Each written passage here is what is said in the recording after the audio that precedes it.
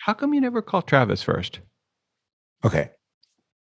Travis! Wait, how come you don't call me first?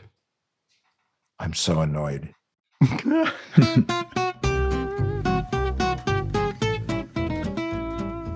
What do you want? What's up?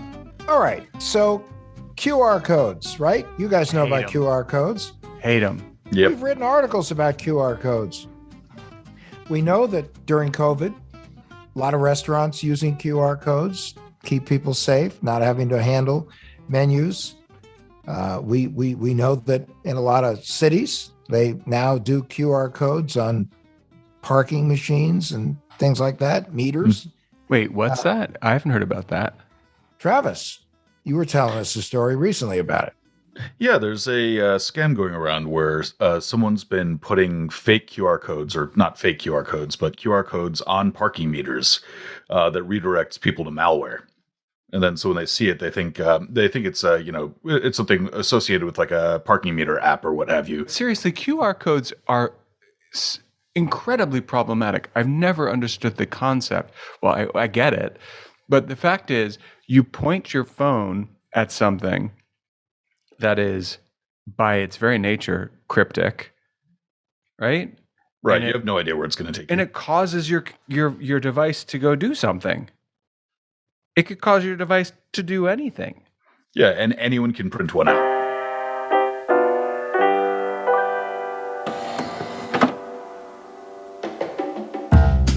How serious is it though? Because I go to restaurants, obviously we all go to restaurants where they have low or no touch situations, and part of that is the menu is on a QR code.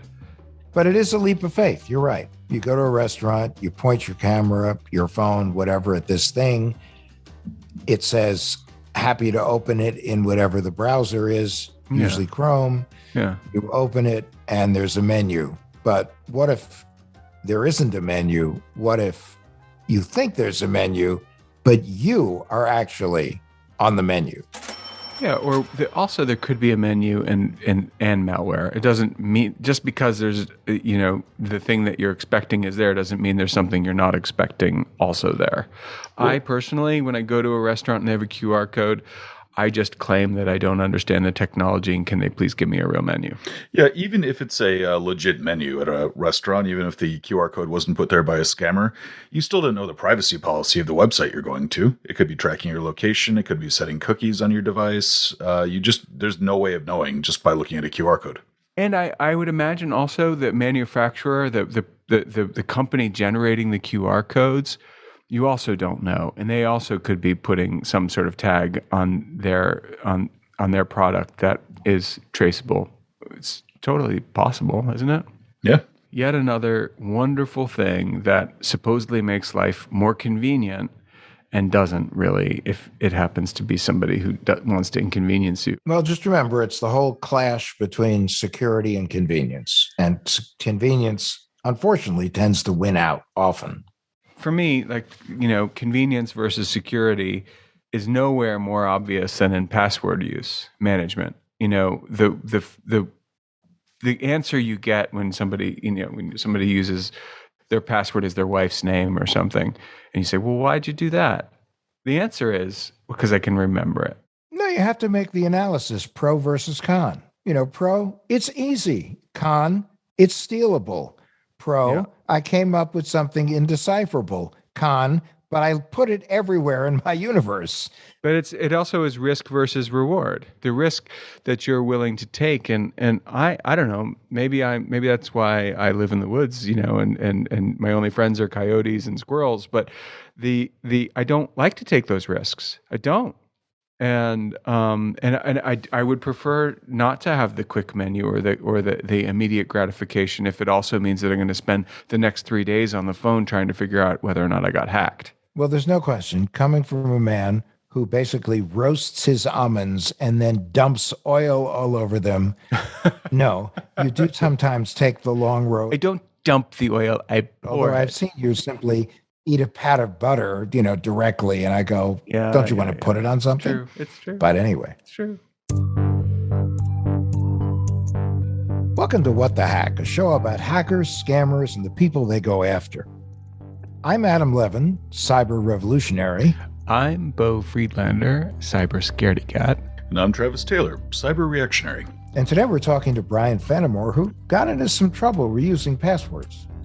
Interestingly enough, I was with Brian's brother and sister-in-law in Los Angeles this weekend. Oh.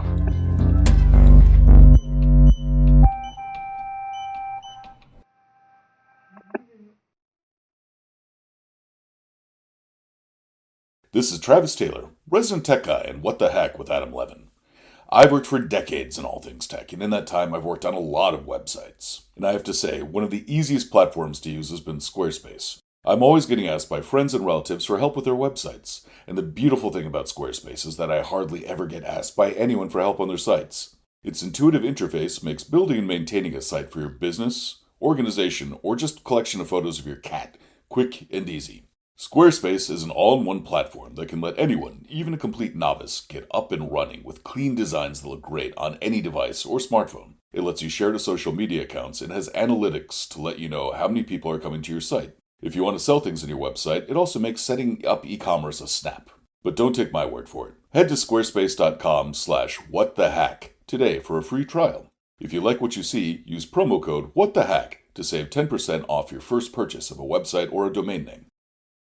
Bo, Travis, and I created What the Heck with Adam Levin to share stories and provide the tips and tools necessary to better protect you, your family, and the nest egg you work so hard to build in a world filled with scammers, phishers, and identity thieves who are working around the clock to take it away.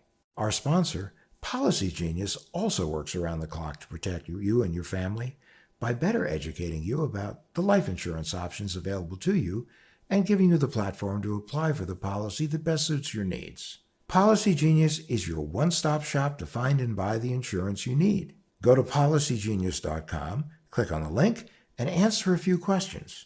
In minutes, you can compare personalized quotes from top companies to find your lowest price.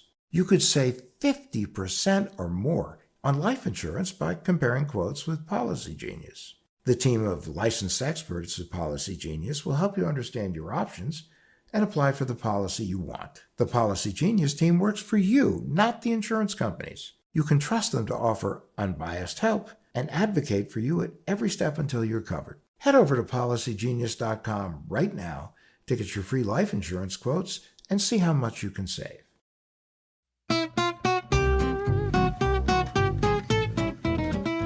Oh, there he is. All right, how's that? Oh, much better. So Brian, you're the younger, handsomer brother or the older, handsomer brother? So we have two cousins in the family, similar, older brother, younger brother. Every family event, when I see them, they come up and they say, "Are you the smart one or the handsome one?" I was just with your brother. Is he younger or are you older or younger? He's older. He's got 5 years on me. Oh, okay. Yep. So Brian, you're a GQ model? It's clear you are, but so how long have you been a GQ model? Oh, I know. It's my favorite thing on earth is to talk to GQ models who have been hacked. Gosh.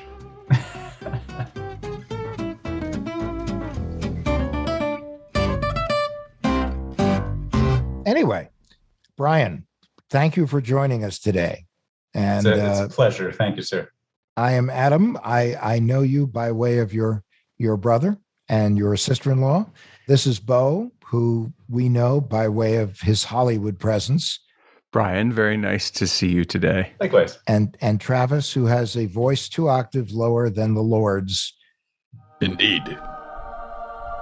We're delighted to have you, and we hear that you got a pretty interesting story, and it involves password protocols. So, but before we do all that, it's always fun for us to kind of get to know you as you. So, where are you coming from right now?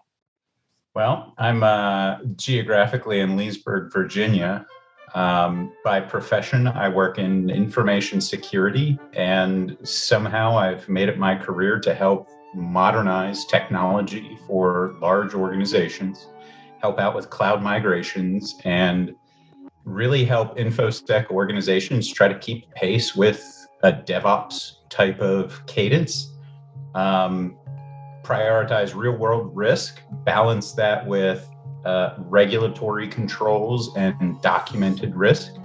And it's been pretty good so far. It's brought me into a lot of really interesting scenarios. I've been very fortunate to work with some brilliant people who were very willing to teach me from their experiences. And I feel like I'm at the phase in my career where I'm paying that forward to the next generation as well. I have two questions for you. The first is just for our listeners who may not know what DevOps are. So can you tell us in sort of plain English what DevOps involves? So the term DevOps is derived from a combination of development and operations. So in traditional information technologies organizations, there would be a group that creates the information systems that we're using, and then there would be a group that maintains them day to day, is responsible for installing them, deploying them. Now, are these databases, email, what is it? Everything? Everything under the sun. An information system is any collection of computers, servers, or services. If you go to a website, it could have a backend database, some sort of a data store, stateful or stateless. And essentially, in the old days, it was a collection of physical machines in a data center. And now with cloud, it's more becoming a representation of software. So my role is and has always been to keep the bad people out of the information systems through whatever means necessary. And that's the infosec or information security part. Yes, absolutely. And then the DevOps component was really, it was a modernization or a refresh into how we manage those services. And it shortened the bridge between that operational team and the development team. And it allowed the developers to get closer to the systems that were essentially their babies. The developers create these pieces of technology. They live in the real world. And there were different people responsible for maintaining uptime or availability of those systems. And so by bringing the developers closer to those systems, it gets them closer to the forefront to see the problems. And the faster they can see the problems and understand them, the faster they can get a solution deployed.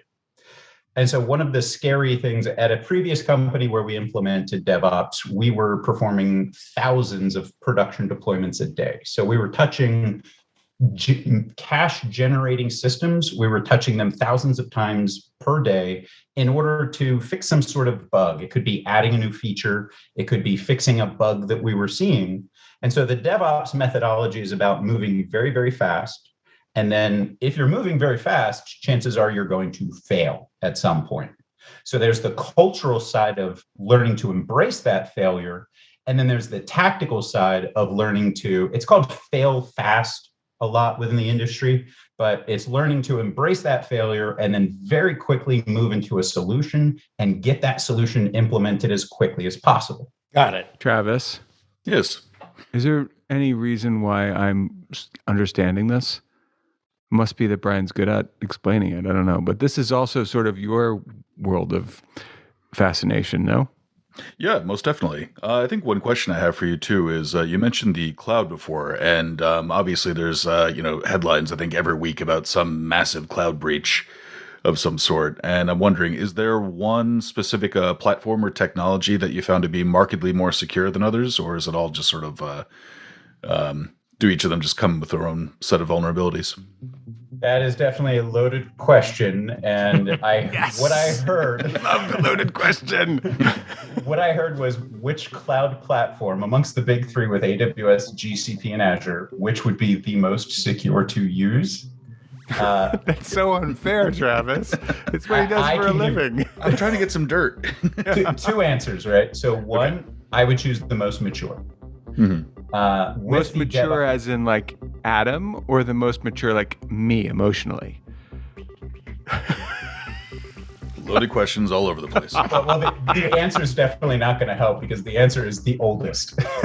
Okay, so That'd Adam be wins. me. Sorry, Adam. The longer that they've been around, the more likely that they have encountered failures more often. And the more likely they're going to be doing something about it. And a wonderful example. Some things have encountered failures more often. Some of us, sorry. Go ahead.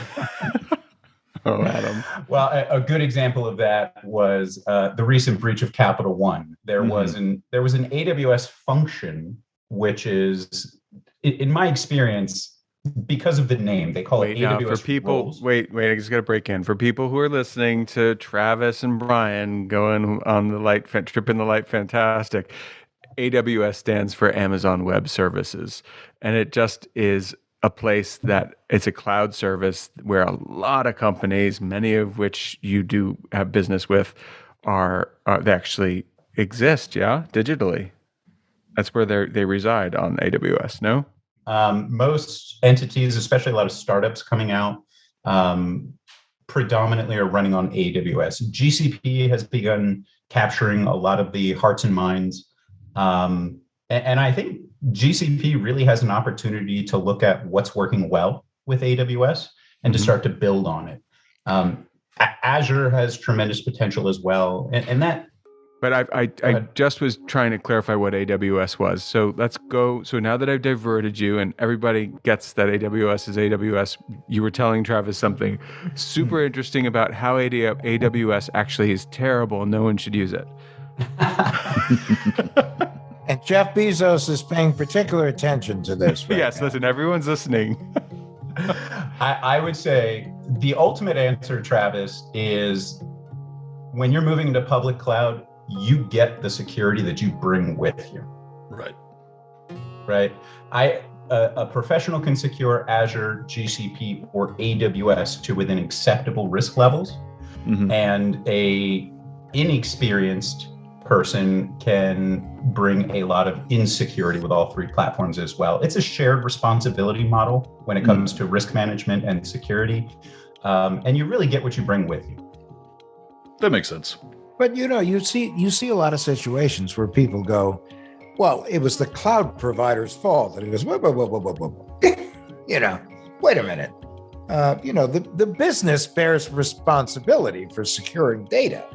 These services are potentially could create a lot of problems if they're not used correctly. And I'm not advocating for guns or cloud-based cloud servers, but it does have to do with, even at the high level of work that you do, there's still this fast fail, there's still the potential for human error. Human error is baked into the process, and no amount of system building or design is going to stop it. It sounds like to me. Is that right, Brian? I think that's a really good way to phrase that, Bo. I would even bring the metaphor of for my car. If I put the wrong tires on my car, and because of that, I lose traction and get into an accident, I'm not going to sue my automobile manufacturer. I made the choice to use that product in a way that is not safe. And so that probably gets far away from due diligence of a secure solution. And that kind of gets into the negligence side of securing your solution. Yeah, kind of like putting diesel fuel in your unleaded engine. Ultimately, the cloud, I think the way I heard it be put most succinctly is when you put something on the cloud, you're just putting it on someone else's computer. Yeah. It's a gross oversimplification, but it also kind of helps imply, I think, some of the risk that you're taking. Well, and when you store something somewhere and you don't use encryption and you don't use a password and you don't do it carefully, then it's exposed, period. End of story. Which is a very fun way of getting to your story, which involves a form of, the ghost in the machine, which is humans, which in this case was you human being.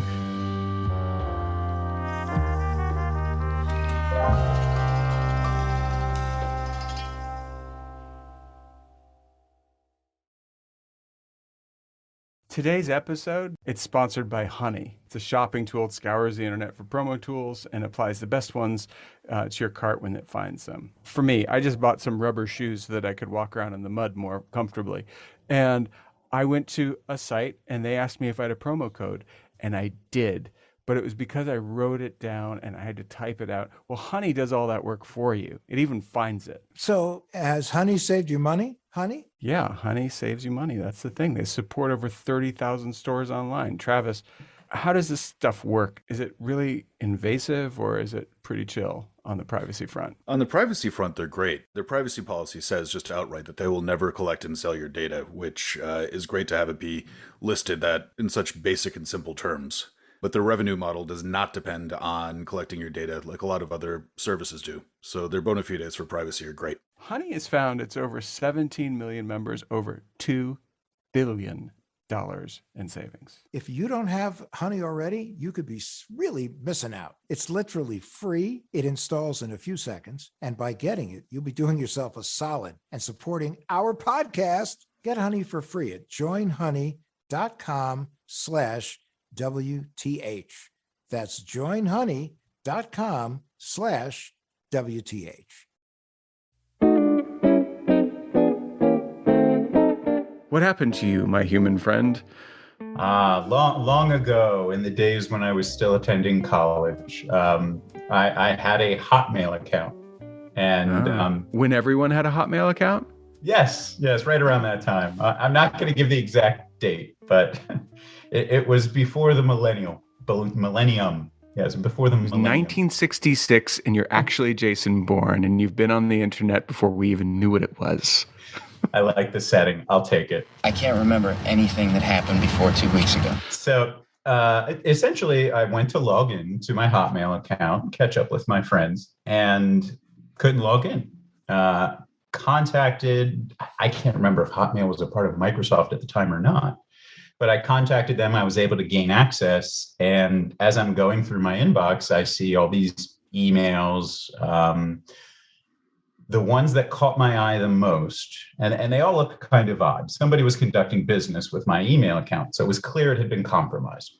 But the ones that caught my eye were from eBay, and they were legitimate emails from eBay, from my eBay account. And of course, I had the same email address as an ID, and I had the same password on both accounts. But Whoa. Go on. Did you just say that you had the same username and the same password at eBay and Hotmail? I heard you asking before, man. I hear you asking now, but I can't do that. Yes, and this would be a good time to talk about the concept of blameless postmortems, Bo. No, this is also the time. This is a no shame zone, but you're Jason Bourne. music. You're Dun, Jason dun, dun, Bourne. dun. Okay. Don't you just take the past and put it in a room in the basement and lock the door and never go in there? Keep going. And by the way, touche. So, absolute mistake. And it was a trivial password, right? Not as trivial as... But I do have to, not rubbing it in here at all. Point taken. At this point in your life, you had no role. You weren't doing infosec. You were a student, correct? Oh, yeah. I was a physics major and a mathematics major, and I knew enough about computers at the time to check my email. Gotcha. Sometimes, when my password worked. Okay. But, the eBay transactions, I started investigating them, and they were for small electronic devices. We didn't really have cell phones, so they were sort of like PDAs, personal data assistants, some earlier versions of cell phones, and they were all being shipped to an address in Nigeria.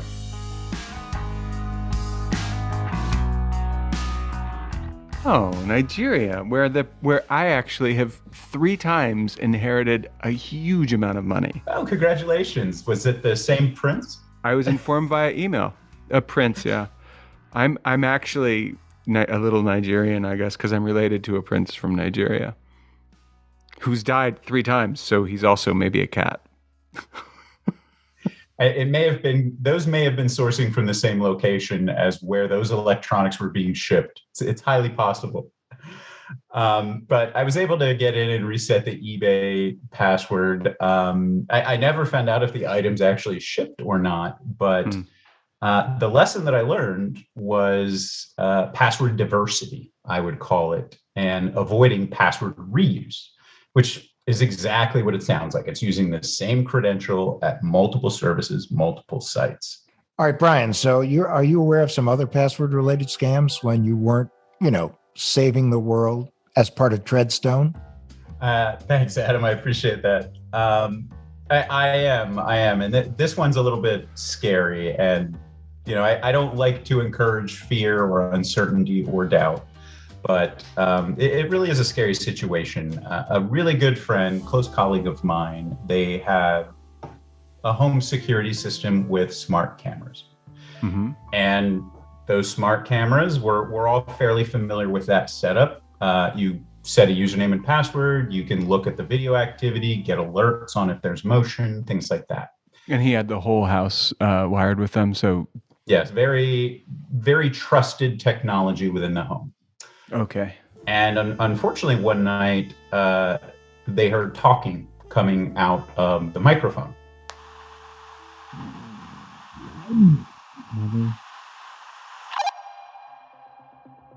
One of their children was present. Oh boy. And so it was, easy to feel incredibly exposed during that time. Was it like a baby monitor, or was it coming through the security system? It was I would describe it as a smart camera without giving away proper nouns. But it was a connected home device. 100%. Okay. So it was not just a out of the box right camera. Back in the day, and we're all familiar with this. When you could get these cams, closed circuit cameras, and other online cameras that were delivered. They were the first Internet of Things devices, really, with a default password. And those default passwords were listed on databases that were frequented by threat actors. And so there were websites. I don't know if you remember this, Brian. You probably do. Do you remember the websites where you could actually just scroll through every single publicly accessible camera to see what you were actually doing when you weren't working for the government when you were? I can one up that because it was even more trivial. There was a specific brand of camera where you could do a Google search, because the way that Google was indexing and crawling the internet, they were discovering these cameras if they were put on a public interface. And you could just go to Google, type in some string. I forget the manufacturer, and I probably wouldn't say it if I did, but you just put the string in and you get full access to their camera. So wherever it's pointed, and if I'm not mistaken, that model of camera had the pan, zoom, tilt functionality. So you could actually redirect it and point it around and see what else. So it's definitely been a growing experience for the industry to learn how to properly secure these things. Didn't they also have a situation involving New York schools where someone hacked into, because a lot of schools allow parents to look at younger children in class to see if they're being treated properly, if they're getting the right kind of education. I know they were doing that in some of the secondary schools in New York City, and someone hacked into a system and was basically watching children. Not to be confused with also the story where a Russian site was actually into 77,000 households worldwide, where you could go, and it was like the movie Sliver, where someone that was so creepy, because it was literally knock on any door, and it was endless. It was endless. It was also endlessly boring, but it was but you could just look and look and look and look. But I want to get back to this because, talk about infosec. You have a system that is designed for private use that has a serious information security risk factor, right? Which is, if someone gets your password, they can download the app and see everything that's going on in your home. Is that correct? It is, and that was actually the root cause of the problem. The provider wasn't doing a very good job making sure that the people that were logging in were really the people that were logging in. The burden of authentication, the burden of knowing and trusting who you are working with, who you are communicating with, that burden is on the service provider. I know who I am. You all should know who you are, hopefully. But if you are authenticating to a service, that burden of authentication is on the service provider.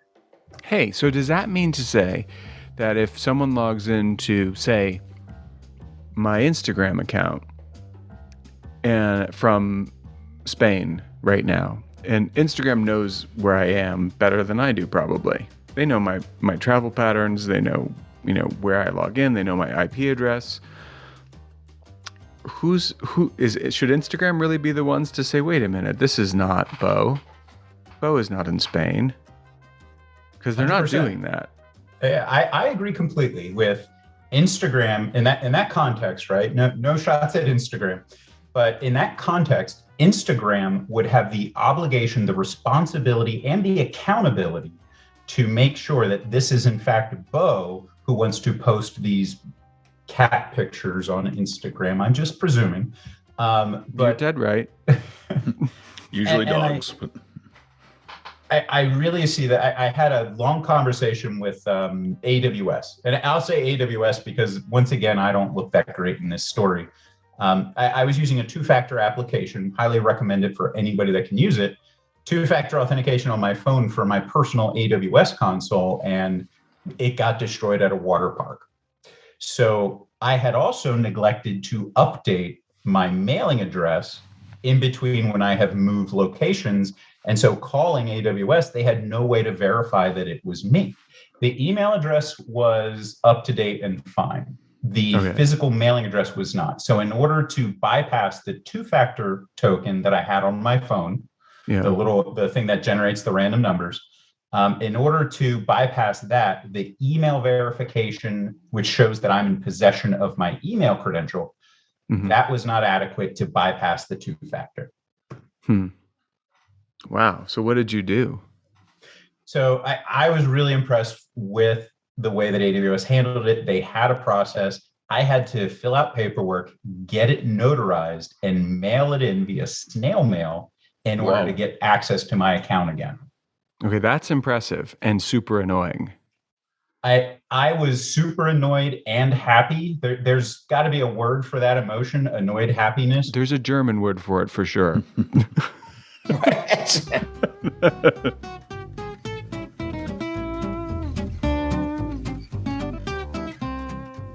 Well, to take us all the way back to the late 90s again, in terms of your password compromise, one thing I'm sort of wondering about is right now there's a huge cottage industry for selling just databases full of compromised passwords and logins and the like.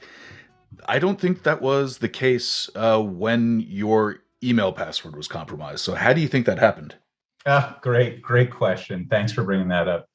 So just a week before the compromise, I had logged on to a very small website to buy some very old candy. Some friends and I were sitting around like reminiscing as college students do. And it was sort of like, they were like fizzy candies that do something. I don't remember. We had them as kids. I remember those fizzy candies. The Hot Rocks or whatever they call them. Yeah.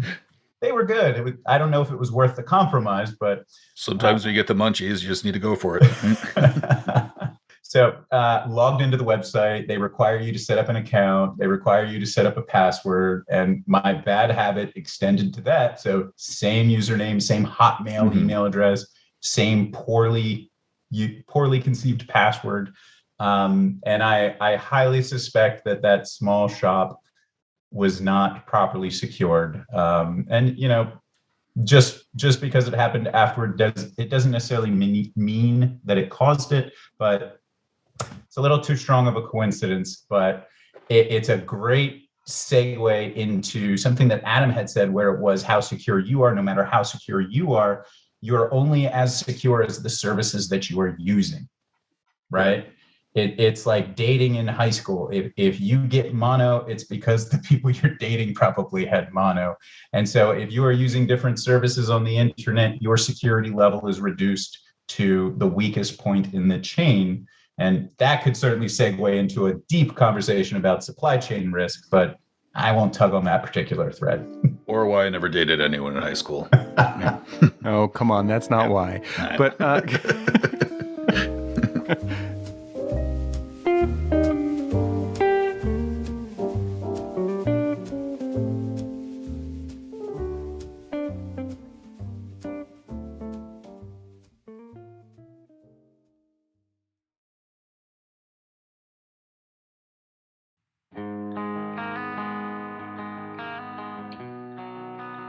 So what, now let me ask you, now you're in InfoSec. What is the takeaway? What do you do now? And what does more importantly, your friend who had that horrible experience, what are their what's the password hygiene like now? Good. And the root cause from my colleague's situation was also a common password that was used on multiple sites. Yeah. So similar root cause. QWERTY. Yeah. So to counter that, my recommendation to, I'm kind of the IT sysad guy within the family. Most of us that work in IT or close to it become that. And my recommendation is come up with two portions of your password, at least two. One should be fairly complicated, but trivial for you to remember. Not attached to anything personal to you. Don't use the last four of your social or your favorite pet's name. There's a very famous internet comic on XKCD where he talks about password complexity. And I think he uses battery horse stapler. And he goes into how it's very difficult to compromise that type of password as opposed to something with uppercase, lowercase, special characters. And I won't go too far into that, but come up with a string that you use and you easily remember that's strong, and then come up with some sort of a mnemonic or memory device for the specific service, and then combine those two things. Brian, Travis, Adam, Squirrel. I mean, but it is the 3-word strategy that, Travis, you're always banging on about. Yep. This was great. We really appreciate you sharing your story with us, sharing insights with us. And, I think it was a very beneficial opportunity for a lot of people listening in to, learn. And sometimes it doesn't matter how professional you are, the smallest thing can bring you down. So to Brian, we do thank you. And we look forward to having you back on again. Well, thank you, Adam, Bo, and Travis. It was a delightfully stimulating conversation. Great. Thank you so much. Thank you, Brian. And please, if you could just send me some of the passports you're not using anymore, I'd really appreciate it. Yeah, he loved it. He loved the one that you were using in Prague. It was very impressive. Yeah. I just want some fizzy candy. That sounds good. Bye, Jason Bourne.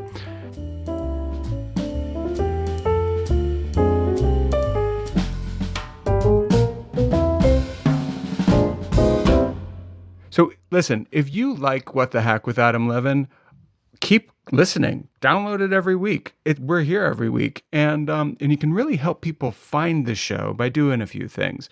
One of them is writing a review. But if you don't have time, Adam, what else can they do? Give us 5 stars. And we're available wherever you get your podcasts. What the Hack with Adam Levin is a production of Loud Tree Media. It's produced by Andrew Stephen, the man with 2 first names. You can find us online at loudtreemedia.com and on Instagram, Twitter, and Facebook at Adam K. Levin.